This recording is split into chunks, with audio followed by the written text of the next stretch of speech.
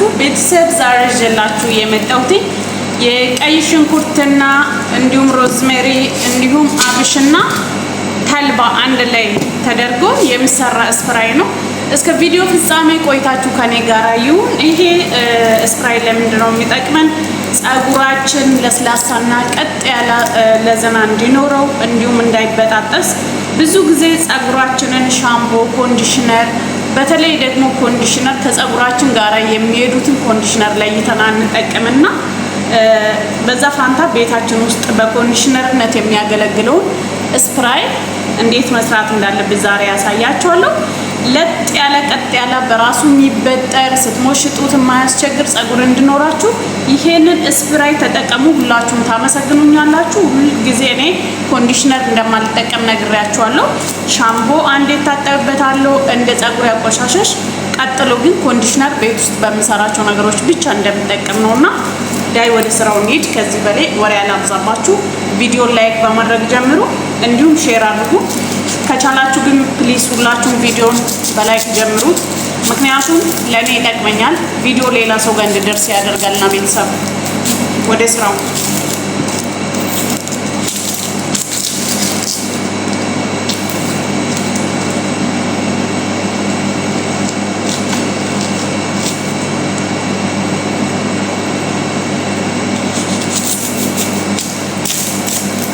እኔ ለኮንዲሽነርነት ስለሆነ የሚጠቀሙ ሁለት ነው የሚጠቀሙ።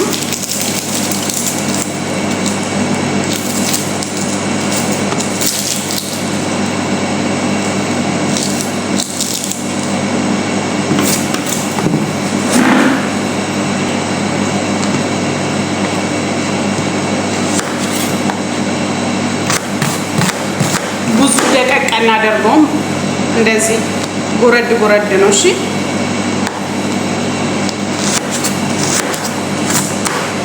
እንደዚህ በትላልቁ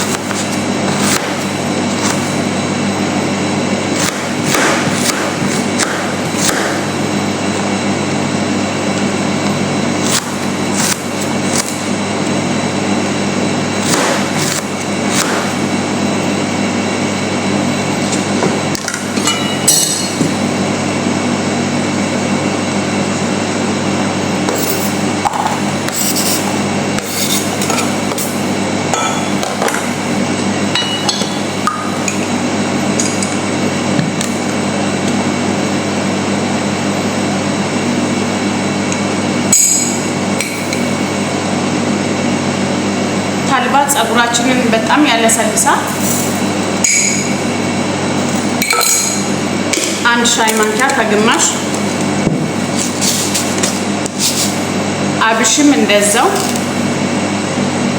አንድ ማንኪያ ሻይ ማንኪያ፣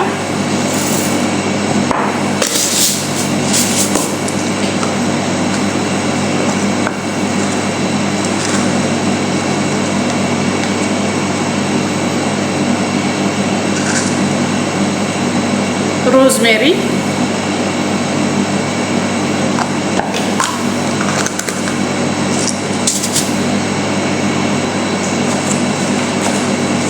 በትልቁ መፍጫ ሙሉ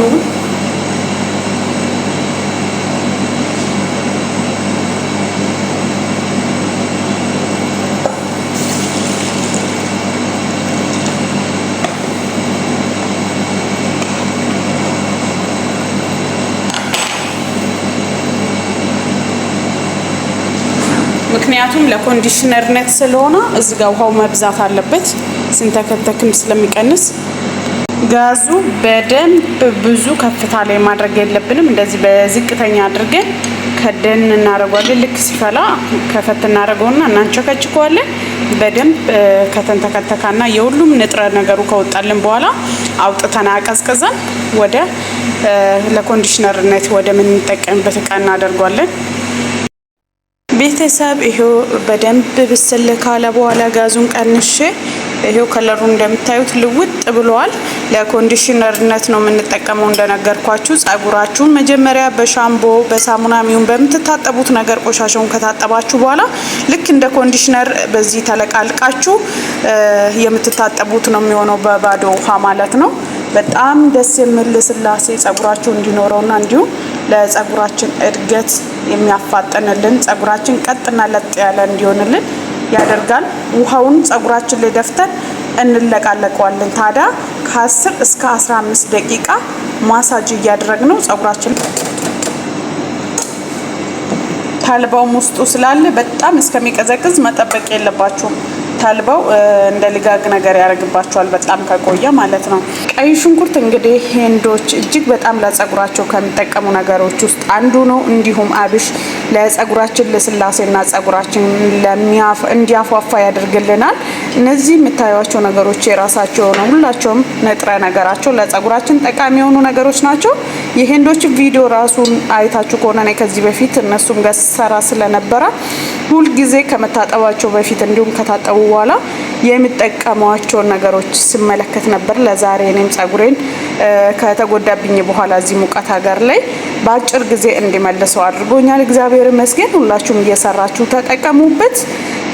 ጸጉራችሁ ላይ ግን በደንብ አድርጋችሁ አፍሳችሁ ለ15 ደቂቃ እላችሁ ላይ ያቆያችሁ ማሳጅ እያደረጋችሁ እንደ ኮንዲሽነርነት ተጠቀሙላችኋለሁ። እንዲሁም ሌሎች ቪዲዮዎች ከታች ለቀኳቸው አለ።